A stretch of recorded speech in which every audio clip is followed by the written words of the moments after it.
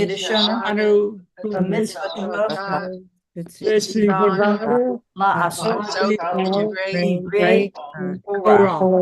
Amen. Super. Okay.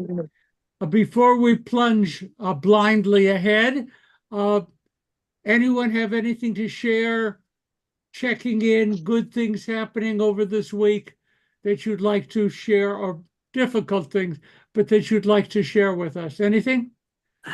I just thought I'm getting close to my birthday and we can celebrate and fly away, and then I might have an announcement to make, but I don't have an announcement yet. Okay. Anyone else? Oh, that's it? Really? Okay. Oh, okay. I see David. Yes.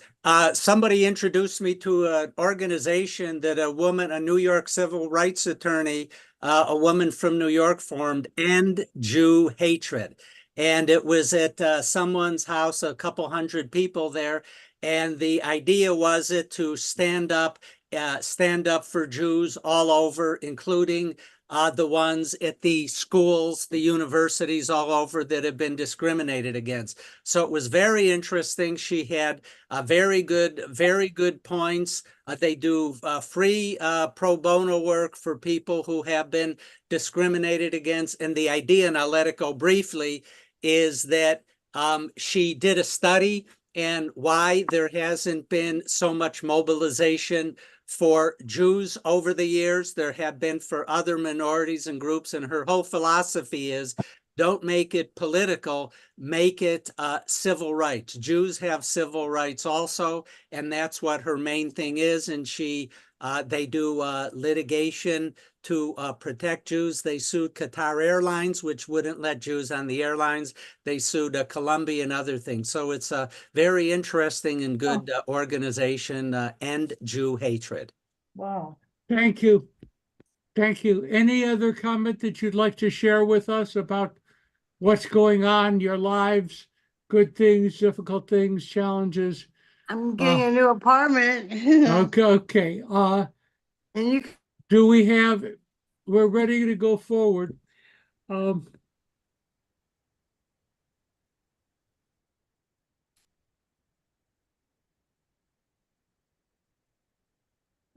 term liminal means a lot to me.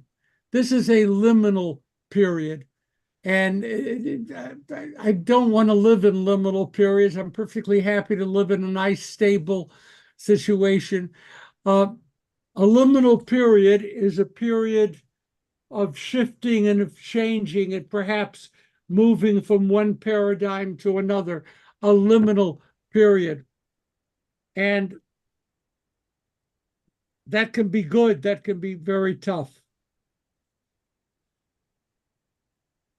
Yom HaZikaron is May 13th. Yom I'm making a toast to you, Rabbi. I'm making a toast to you. Please. And May 14th is Yom HaAtzmaut. Hey, I need the rest. I can't do it right now. You found? It's also my birthday, May 14. Okay. Happy birthday. Happy birthday, Thank you. Doris. Thank you.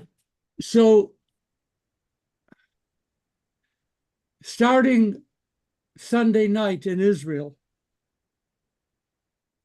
there will be sirens sounded all through the country.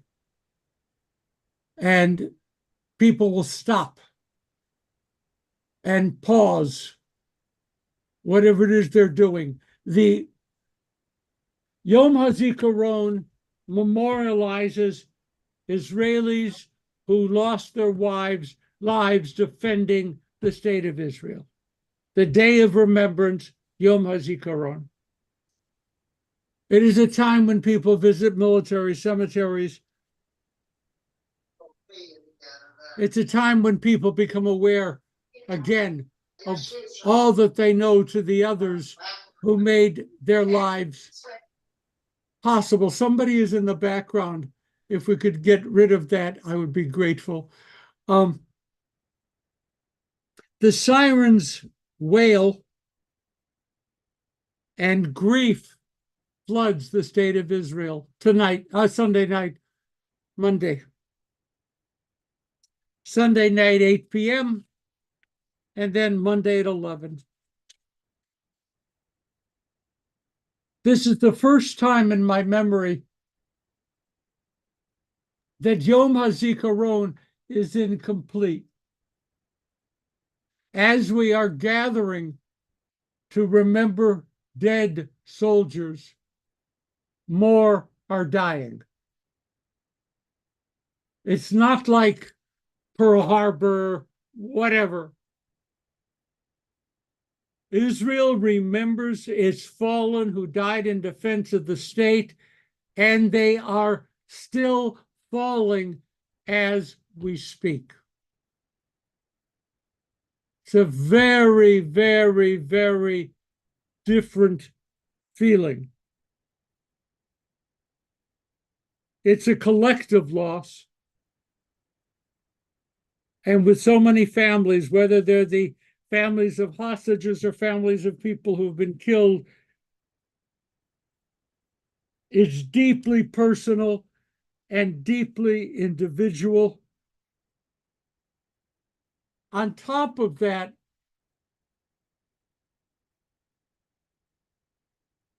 the state is dramatically injured. Those people who lived in Kiryat Shmona and the northern border areas of Israel are living in hotels in Jerusalem because the area of northern Israel is not habitable right now. On Yom HaZikaron, there are tens of thousands of Israelis living in hotels in Jerusalem, not allowed to go home. We're weeping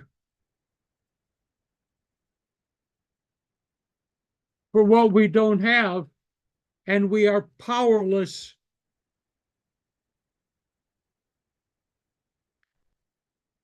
in this struggle.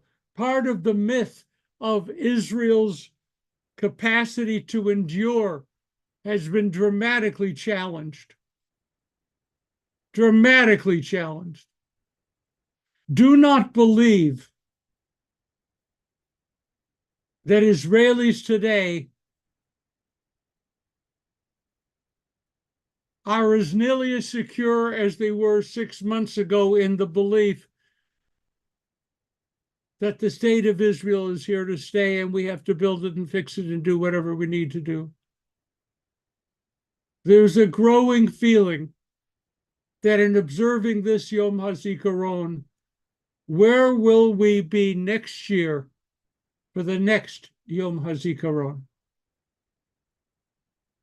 And there isn't a certainty that we know the answer to that. The devastated kibbutzim, the failure to bring the hostages alive and home, fill Israelis today, tomorrow, with a sense of what? Shattered faith. Shattered faith.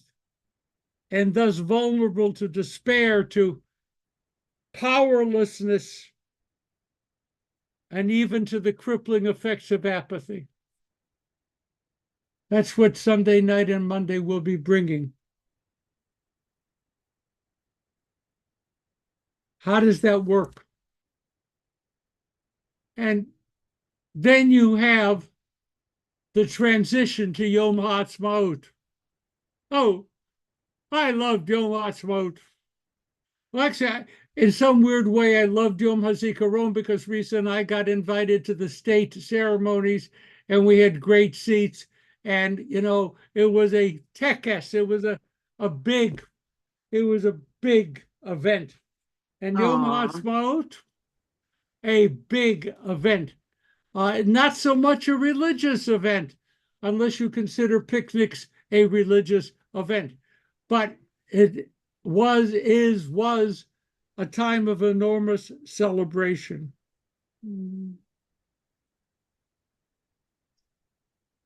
Israelis are asking themselves today, when will the mourning end? And will we still have things to celebrate when the year passes?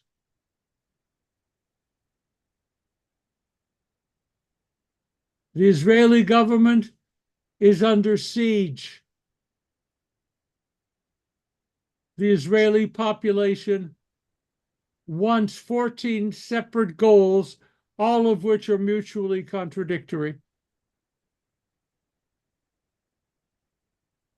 This is a very, very different time.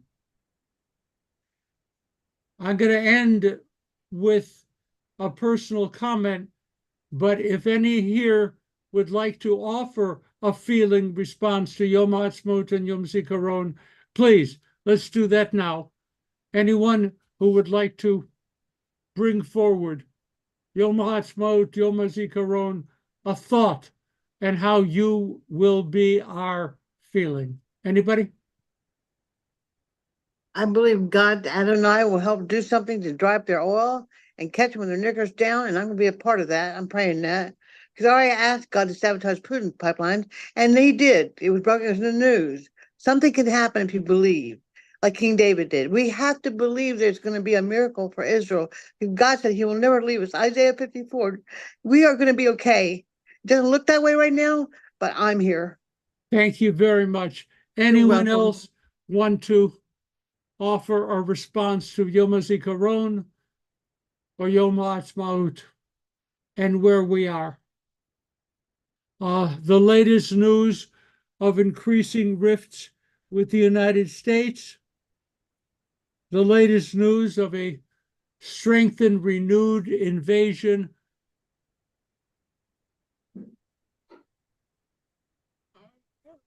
Marina. I talked to my friends who are concerned about the rise of anti-Semitism all over the world. And the only thing that can make us feel more reassured is that the Jews underwent persecution through the ages, and we survived and we flourished, and we can count on the strength and wisdom of the nation, of the people. Thank you. Anyone else? Okay. I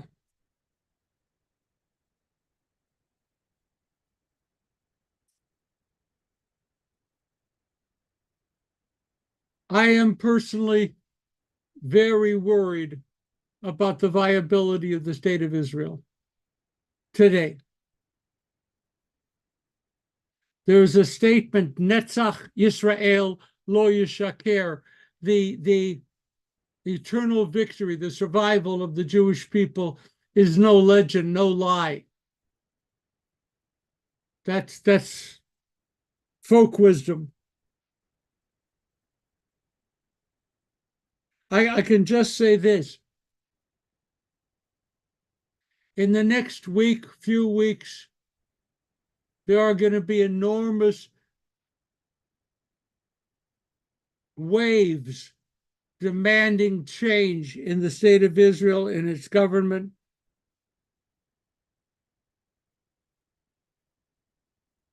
At the same time, our enemies see the divisiveness in the Jewish community and figure that we are really vulnerable for a coup de grace to finish us off. I am reminded that in the days of the Second Temple, no, I was not alive then, but in the days of the Second Temple, as the Romans were closing in, the streets of Jerusalem were awash with blood.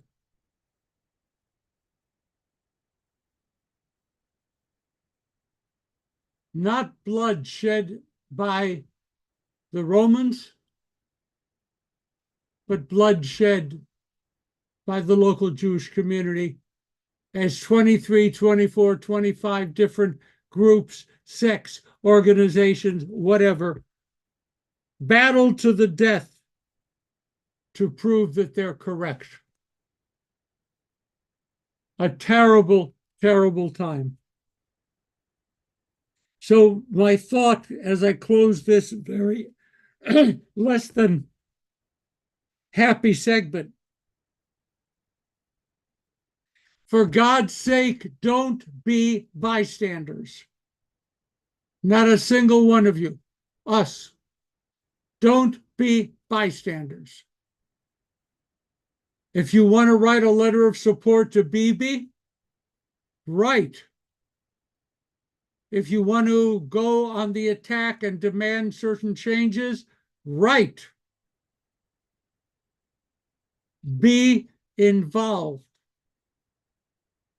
If you want to get involved in dialogue discussions with your various organizations to which you belong, every Jew, I believe humbly, every Jew must consider himself or herself to be a warrior in the battle for this survival. It isn't going to happen by itself. And I just urge you to find a way to involve yourselves on whatever side you find yourselves in the struggle. We need that. Any other comment? If not, we're going to go on. Steve? You said contact Bibi. I think we should all be contacting. I'm not hearing you clearly, Steve. I said we should all also be contacting the president, the vice president, our Congress people. You can contact the Speaker of the House, because a lot's going on in Washington that can have an impact on all of this. And there's a lot more support, and the message needs to get to them that there is support to get Biden back on track, supporting Israel. Congress has been trying even to push him, and they need to have our support and know how many of us there are. I totally agree, which makes me nervous, but totally agree. Okay, that's it. So have a solemn Yom HaZikaron. Find a way to have a joyous Yom HaAtzmaut. Minimally, I would suggest falafel, but there must be other ways as well to have. Well, we can pray that God drives up good the pipelines and have no celebration. power. Now, God can do it. God can do Now- it. our God. Sedra, Peace. please. Our Sedra is Kadoshim. We are in the Holiness Code. One of the things that is kind of interesting when you say the Holiness Code is that we are reading a segment of the book of Leviticus which is not seamlessly related to the book of Leviticus. It is an editorial creation to have the Holiness Code, chapter 16 and following, the Holiness Code read, developed, but to understand that when the priests who were involved in heavily redacting the priestly code, namely the Leviticus and the sacrifices and other places as well,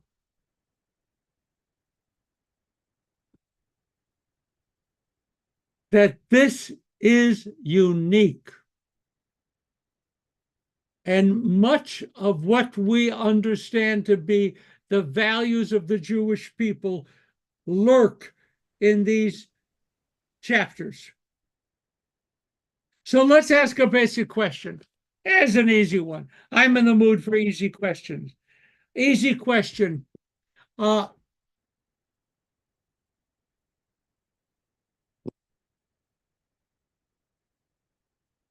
What does the word holy mean to you?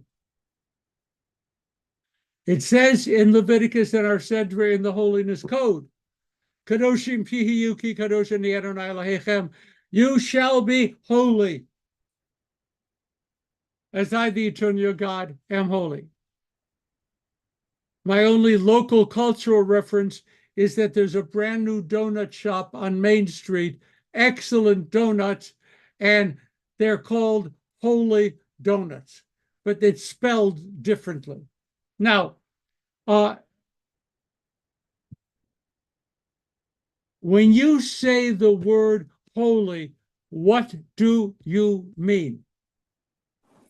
What do you mean? Comment, anybody? Rebecca. Conscientious goodness. I'm sorry, I didn't hear that. Conscientious goodness. Okay, that's holiness. Okay, anyone else? What is holy? What is holy? Steve. Then Separate, Donna, then Risa. to me, holy is separate, but where the separateness is related to the divine being. Virtue and chaste and set apart. Steve, try it again. Holiness is relating to the divine deity. No, holiness to me is separate, where the separateness relates to the divine. Set So it apart. Thank you. goes Any, to- okay, Donna. Well, I was going to say basically the same thing as Steve, But you could say it far better. maybe I doubt it. But in the sense that the divine is something completely other than the mundane world. And to the extent we can align ourselves with that and make ourselves separate and different and special, that's holiness. I agree. Okay, Risa. Well, I was going to say that we say it clearly in the Havdalah, separate from the profane. So it's Hamavdil ben Kodesh l'chol, God who divides between the holy and the Yep. profane, night and day. So what does Risa, besides me, who is holy in your life? I love it. Hello? I don't think that I'm holy, sorry. There actually holy. is a right answer here, Safta, so I warn you. Okay, please. Let's be quiet in the background. Go, Please. Maya, you say it. Maya? I was just making a joke that there is a clear right answer as to who's holy. Yes, she wants me to say the grandchildren. But I cannot answer that question because I don't think that that's right to say that something in my life is holy other than anything related to godliness, and holy is too strong even for my delicious grandchildren.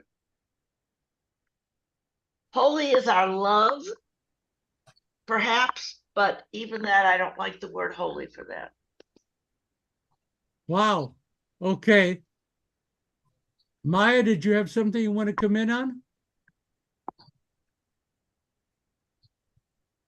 Not necessarily. Aside from the joke, my only real thoughts on the matter are the commentaries that would suggest that something is holy because of what we make it to be, and it's how we interact with a thing or a person or an idea that allows it to transform into what we take to be holy, as opposed to something just naturally being holy. In other words, you don't think built into the world, biologically, geologically, holiness exists as an object. It's not. It's something we build to. Is that correct? I would say that that is at least part of the deal. Okay, thank you. Viva? Yeah, so hold on.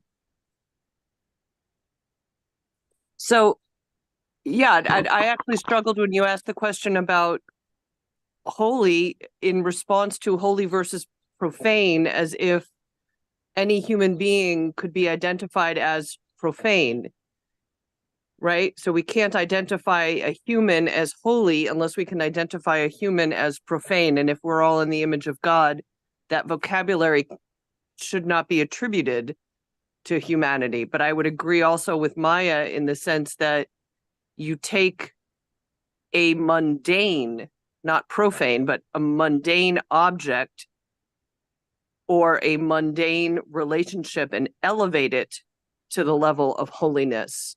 And that has to do with our relationship with it and how we choose to respect it and how we choose to glorify it in our present. So we glorify a particular relationship like a marriage, and we glorify the relationship with children, and those are holy because of our attitudes and responses to them. And I think that it's kind of Martin Buberish in that way, who's one of my faves, in terms of that I, it, I, thou, right? Every relationship is an I, it until you elevate it and take yourself somewhere else. So are you saying that there is nothing that is intrinsically holy? Unless you say that everything is intrinsically holy, yes. Tamara, please.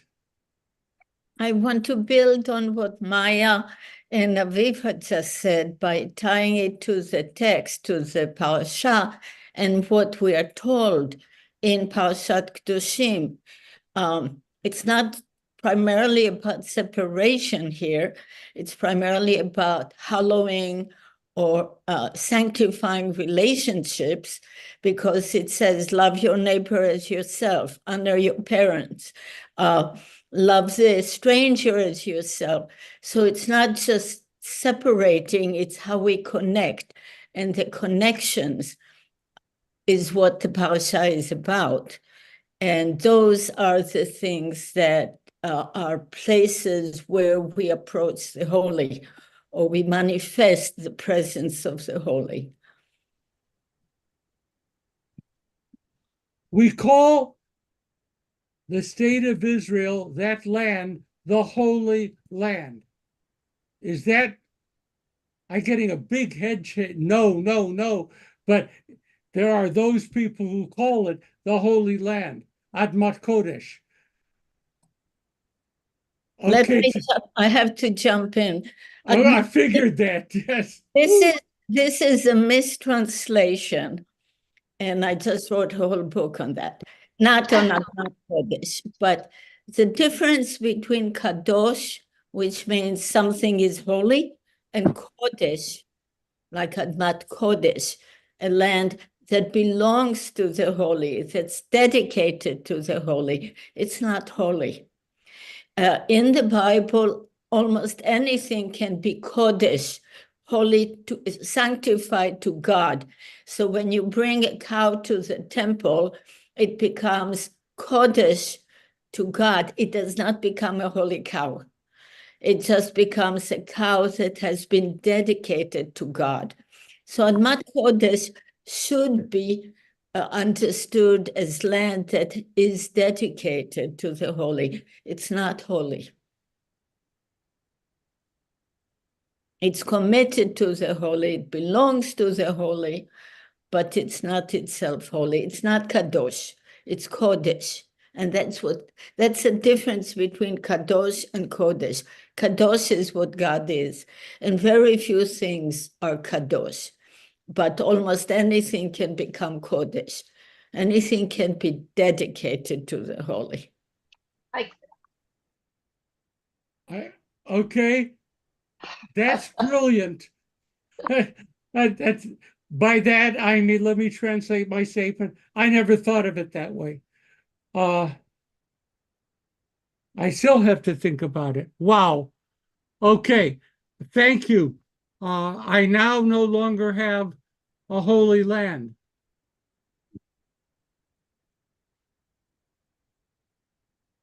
Okay, Steve Miller. Well, I was just going to say that I agree with Tamara, but I think Holy Land is really a shorthand for that. It's not like I ever thought that if I pick up the dirt in Israel, I have holy dirt in my hand or something other than dirt. But this is, and it goes back to me to separate, this is a land that we have sort of been entrusted with, dedicated to God. And I just think Holy Land is an easy English translation that just shouldn't be taken literally. I'm just thinking, which I do rarely. I think, once a month is more than enough. Many congregations, I don't know if they still do, but in the 20th century, 19th century, many congregations were called Kehillah Kadoshah. Kehillah Kadoshah. And if you're students of American Jewish history, you run against a whole bunch of congregations that are called KK B'nai Jeshurun or whatever.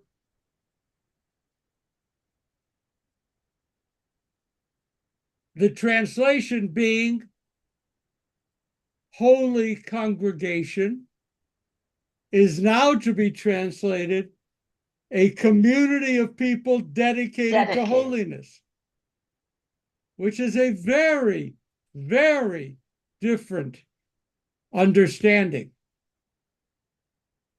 I may need a drink. Kevin. I'm having one. You have one with me. Kevin.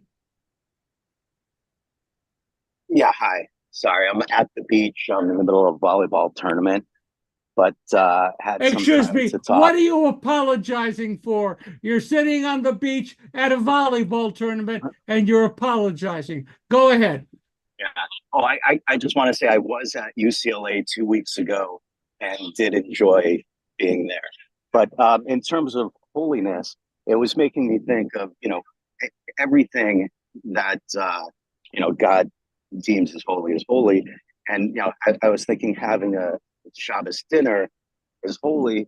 And then when Tamara said, Kadosh, or I was just thinking the religious community, the, ultra-Orthodox, they say, well, Shabbos dinner is not kosher or holy unless it's blessed by a rabbi. But I guess being blessed by a rabbi is, not dedicating it and not making it fully. So that just makes me feel much better about being, I guess, not an Orthodox Jew, and everything that we do is considered being holy. That's all I wanted to say. No, that's great. I hope your team wins the volleyball tournament. Brad. Rabbi, I'm struck with the contradictory nature of this. On the one hand, we talked about separation. A minute later, we talked about Martin Buber and the I-thou relationship. Those seem to be contradictions to me. Then we talked about loving your neighbor. But in verse 9, it talks about cutting off from the kin somebody who doesn't properly observe the sacrificial rituals. So I think there's a lot of contradiction, a lot of confusion about exactly what we're talking about here.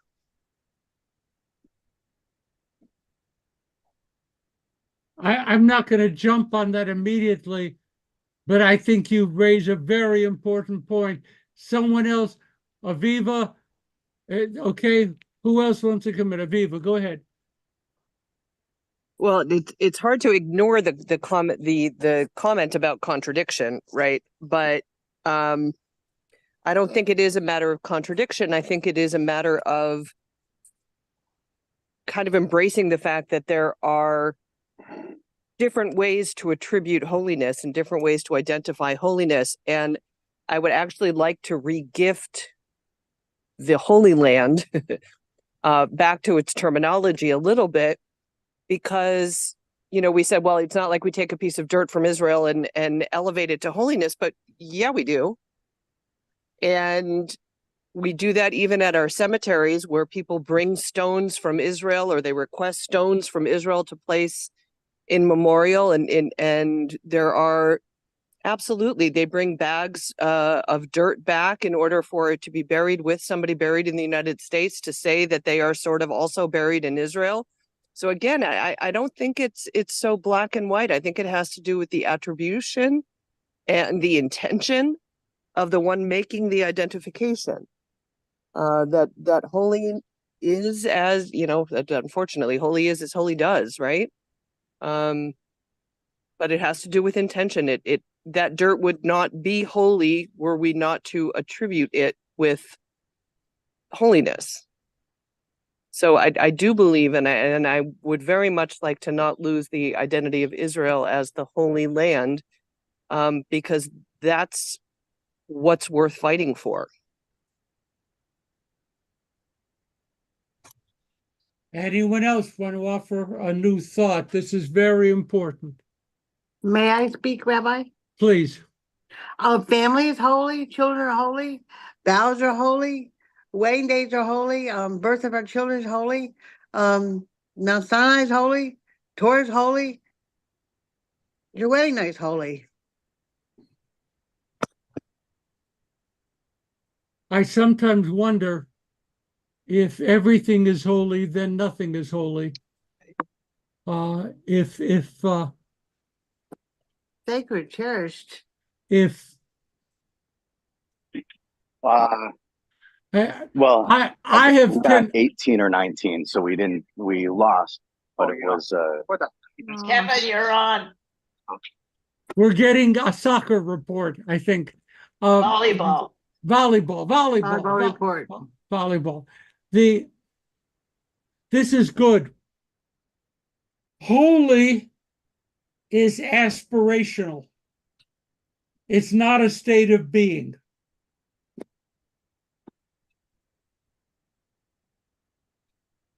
Anything that any one of us would do could be holy if what we are doing is an expression of our aspiration to raise the quality of human life. Makes it holy. Not intrinsically holy.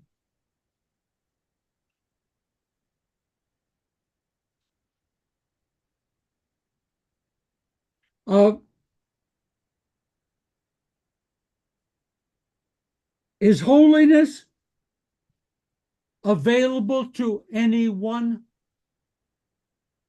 Can anyone aspire to holiness? Donna, you're nodding yes. Help me. What do you mean?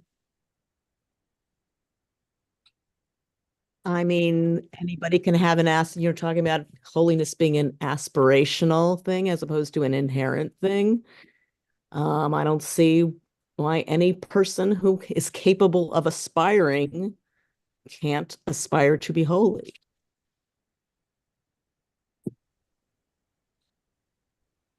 So we call ourselves a holy people. Is that just an aspirational statement that any other people could make with the same validity? Yes. Rabbi, they all But come. we're right. Donna, I'm sorry. I'm sorry. But we're right. But anybody could say it. Anyone could say it, but we're right. Right. Yeah. Okay. I get that. That is not at all ethnocentric. That is simply a statement of immutable truth.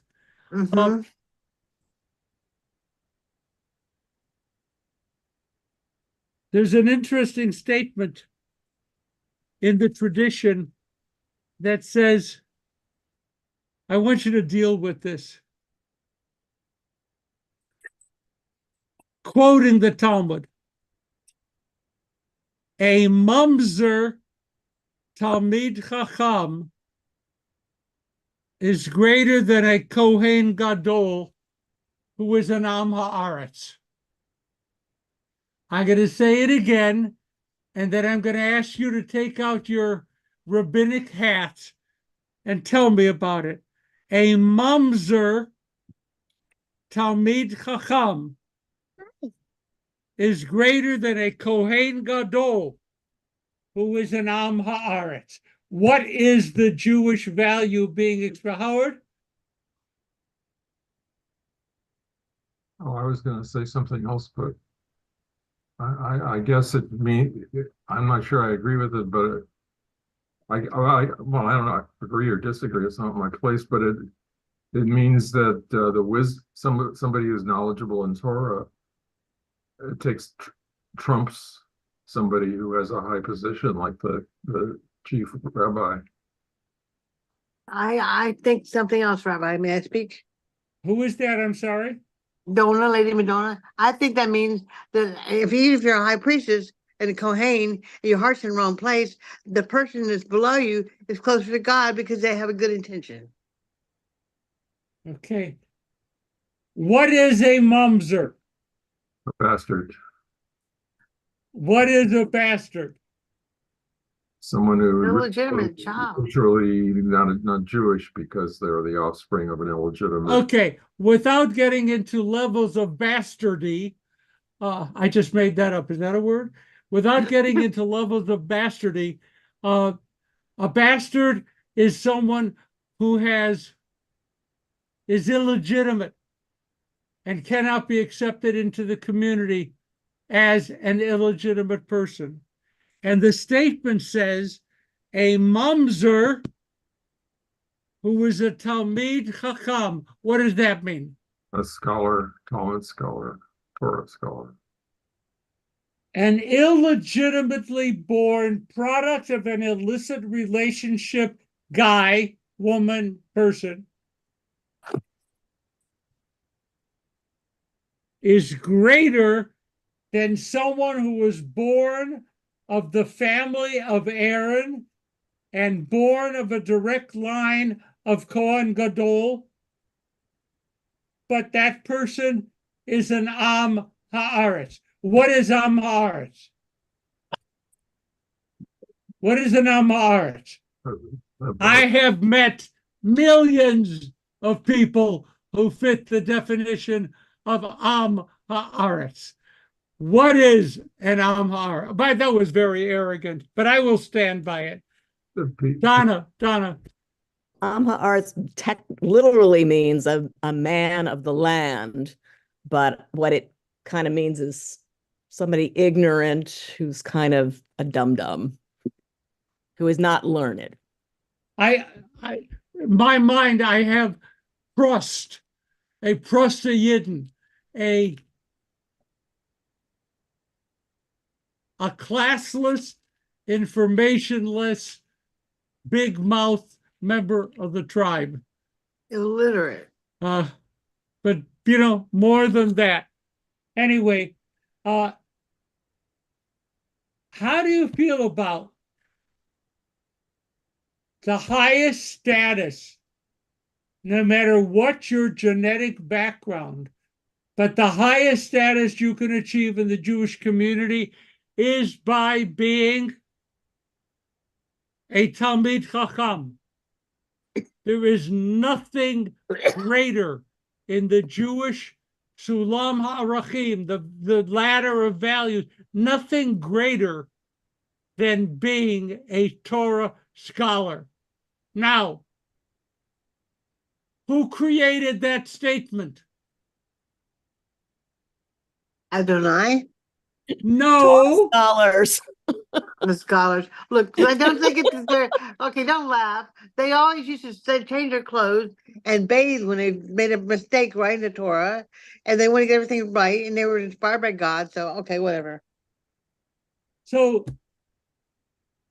the rabbis you. decreed that the highest ranking person in the Jewish community is a Torah scholar.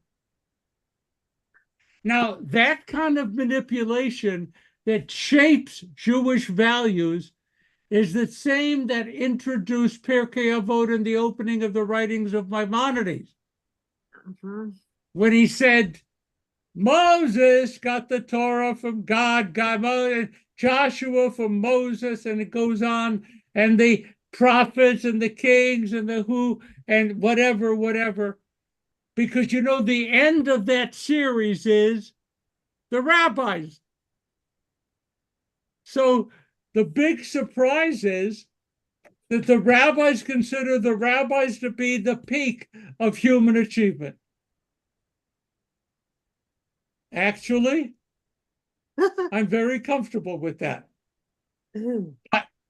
But okay. In your world, ladies and gentlemen, who can fit the challenge, Kadoshim Tihiyu, be holy because I got him holy? Who can fit that challenge? Besides, of course, the rabbis. But who can fit that challenge? A man and a wife. Okay, Don, I see you, but I'd love to have a couple of other people pop in before. Who can fit the paradigm of meeting the challenge in our Sedra? Be holy. A philanthropist? Who can be there? Okay. I see Howard. So in Psalm 99, verse 9, it says, exalt the Lord our God and bow toward his holy hill, for the Lord our God is holy. And it very familiar to us in Hebrew, and it uses the two different meanings of holy that we've been talking about. The two different words that are translated as holy in English, but are different words in Hebrew. But it seems to be addressed to the Jewish people, that anyone can bow toward the Lord's holy hill because the Lord is holy. The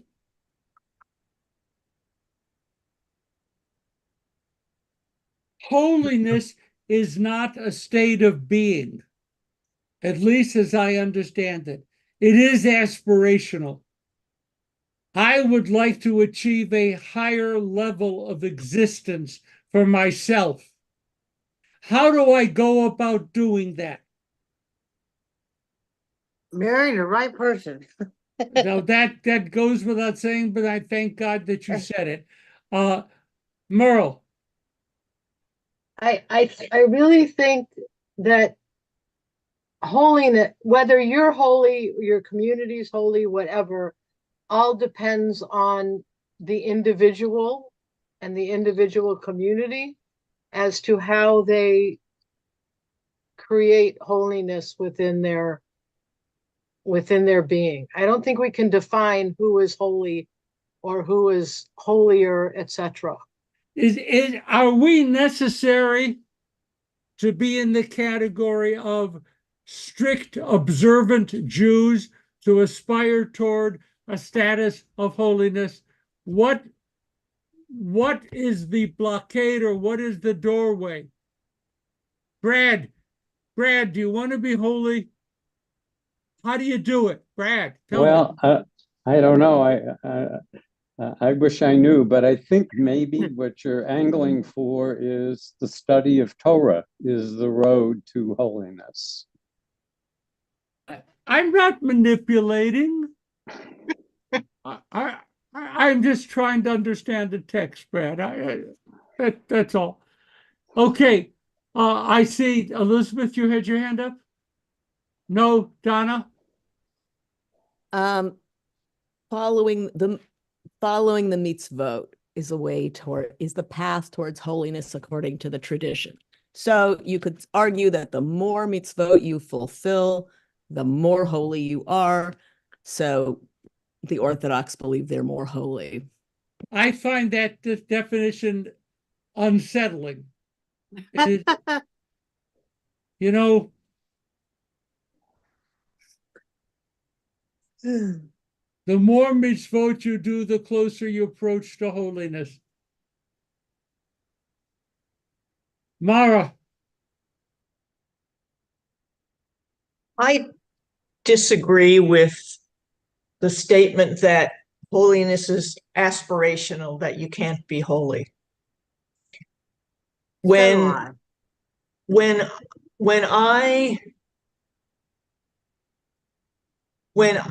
am compassionate, when I do something, I don't just study about it, I don't just study Torah. When I am compassionate, I am holy. When I am wise in how I respond to someone, I am holy. Mm-hmm. And to say to me that I cannot be holy, I can only aspire to it, is to say that I cannot be what God asks me to be. Because in this Torah portion, I am being asked to be holy. It's good. That's a challenge. Tamara, Risa. Well, just going back to the parasha, it's not, the parasha doesn't say anything about study, but it does say everything about how we treat one another. And twice it highlights love as the process of the act that is part of what makes us dedicated to the holy.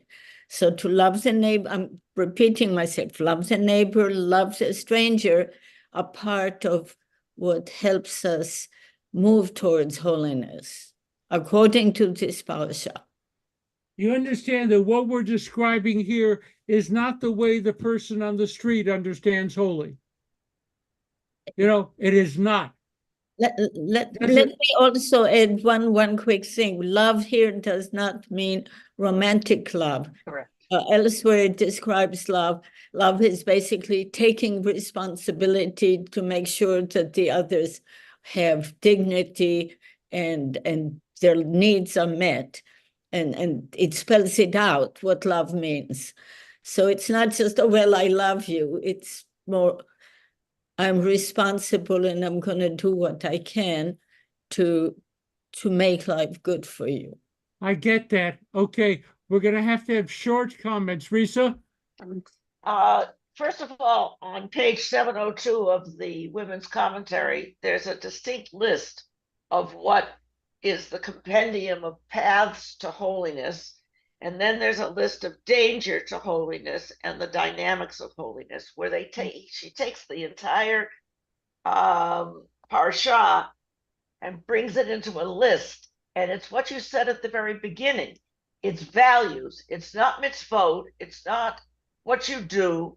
It's how you do it with your values. If you have the kavanah to be doing something with the values of Jewish thought, and you want to maintain those values, that's the road towards holiness.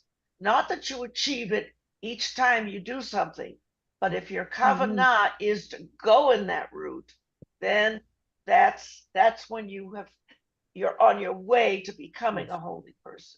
Kavanah speaks, of course, to intentionality. Intention, right. Yeah. What do you intend? What do you intend to have happening? But this list is amazing because it takes all the values, and I certainly do not go the Orthodox route of the mitzvot.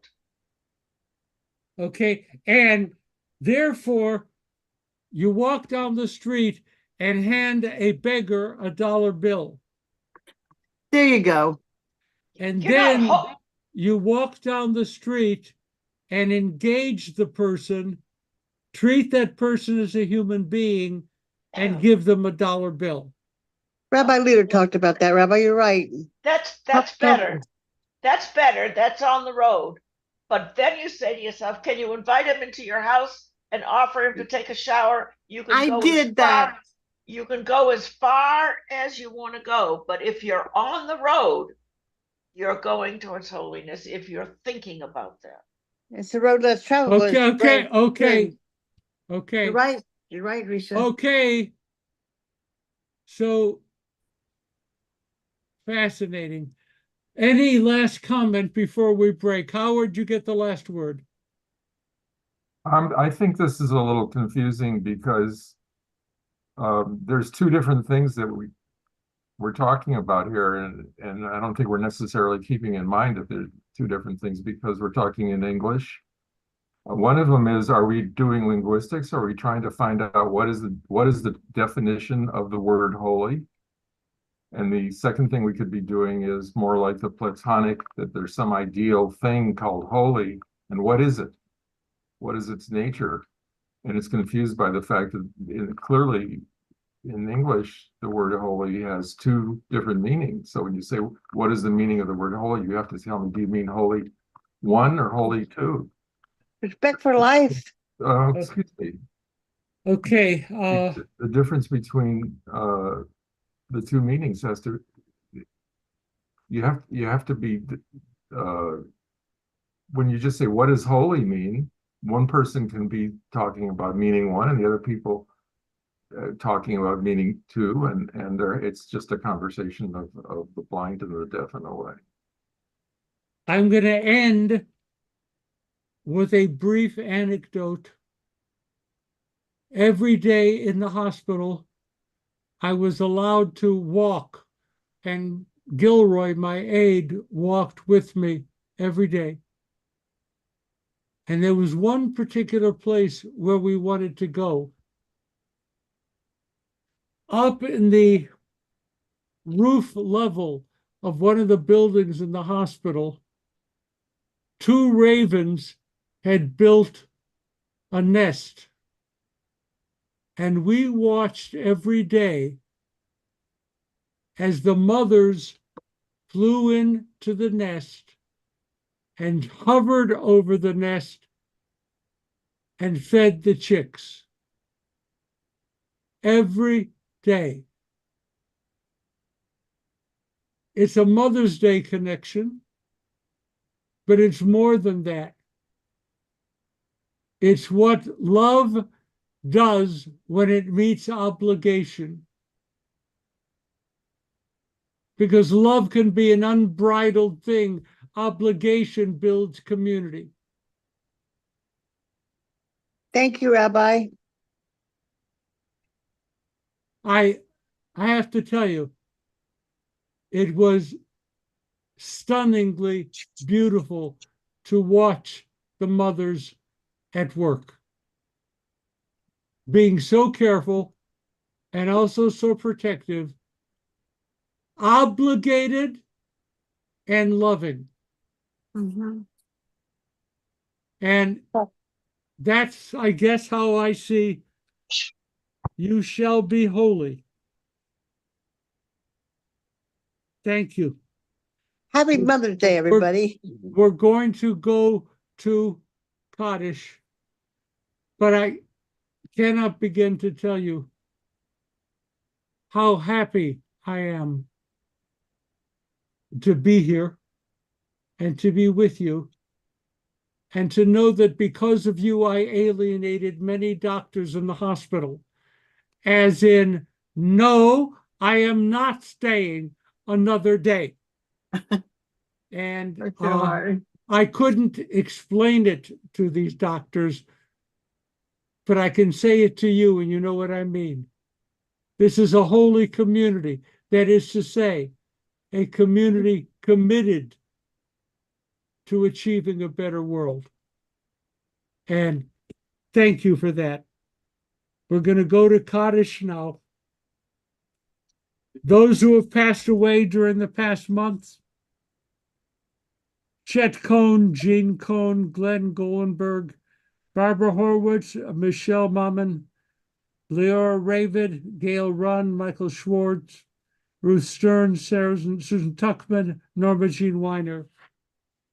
And those the anniversaries of whose deaths have occurred during the past week: Bruce Baker, Grace Barkin, Irene Bastheim, Louis Bauman, Victor Bahar, Leslie Bell, Zach Bell, Jack Benaroya, William Barrelson, Rose Platt, Harry Blumkin, Irvin Kaplan, Frank Castleman, Benjamin Chekanow, Edward Cohn, Solomon Cohn, Theodore Copeland, Lloyd Kotzen, Carl Kovitz, Benjamin Danziger, Dorothy Eric, Edith Falk, Ray Feidelson, Esther Feldman, Amelia Feldstein, Daniel Feldstein, Harry Finkel, Regina Heischer, Alvin Friedman, Eleanor Roman.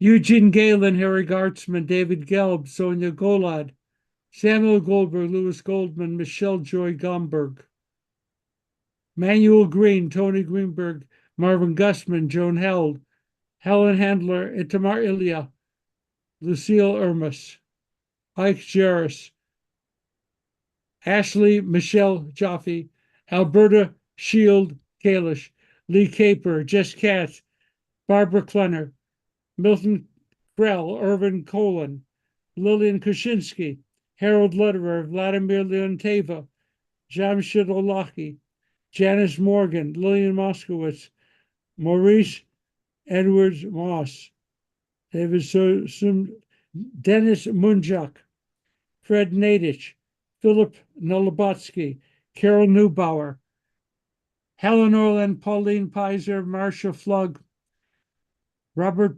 Picard, Toby Price, Gertrude Reed, Inez Reese, Rose Reeser, Ruth Robin, Barbara Rosenfeld, Norman Rubin, Ann Schiff, Len Schlosser, Carolyn Schwartz, Meyer Schwartz, Michael Center, Selma Cesar, Ben Schreier, Robert Siegel, Norman Joyce Segal, Louis Spiegelman, George Stein, Barbara Stevens, Maurice Stone, Nahum Tichman, Louis Walder, Marion Webb, Sidney Weinstein, Sidney Weisberg, Joseph Weissman, Mark Weissman, Jerry Werland, Stephanie White, David Wolf, Leo Wurzel, Edward Zimmer, Russell Zolan.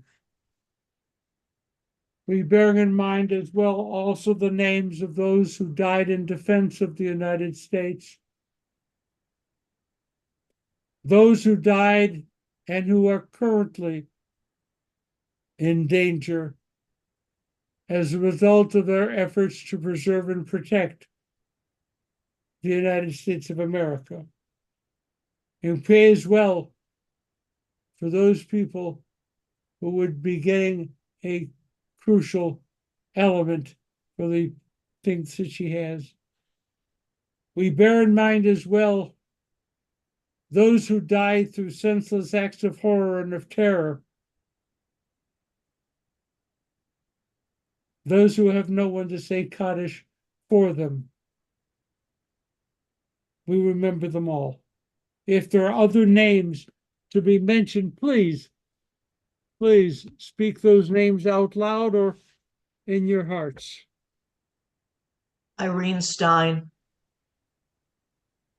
Yitgadal, V'yitkadash, Shemei Rabbah, Bi'alma, Divra, Chirute, Yamlich Malchute, V'chayichon, Uvyomechon, V'chaye Dechol, Et Israel, Balgala, Bizman Karib, B'imru, Amen. Yehei Shmei Rabba Mavarach, Le'olam Le'omei Almaya, Yitbarach, Yishtabach, Yitba'ar, Yitramam, Yitnaseh, Shmei, Shah, Birchata V'shirata, Tushbechata V'nechamata, Gan Bi'alma Bimru. Amen. V'chayim aleinu v'al kol Yisrael. V'imru amen. Oseh shalom b'imromav. Hu yaseh shalom aleinu v'al kol Yisrael.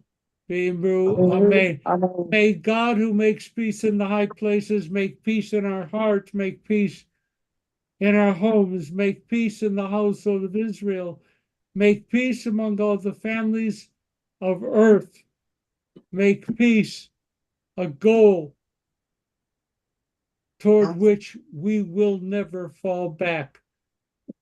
Shabbat shalom. Shabbat shalom. Thank It was you good to all. hear your voice, Rabbi Davids. Thank you, Risa. Thank you, everybody. Love you. Shabbat See you. shalom. See you at the gala. Shabbat shalom. I will Shabbat. be there. Me Shabbat. too. I paid the whole ticket price. I saved my money. Actually, Bank of America gave me $200 back for a checking account, so I can afford it. See ya. Bye-bye. Bye. Bye.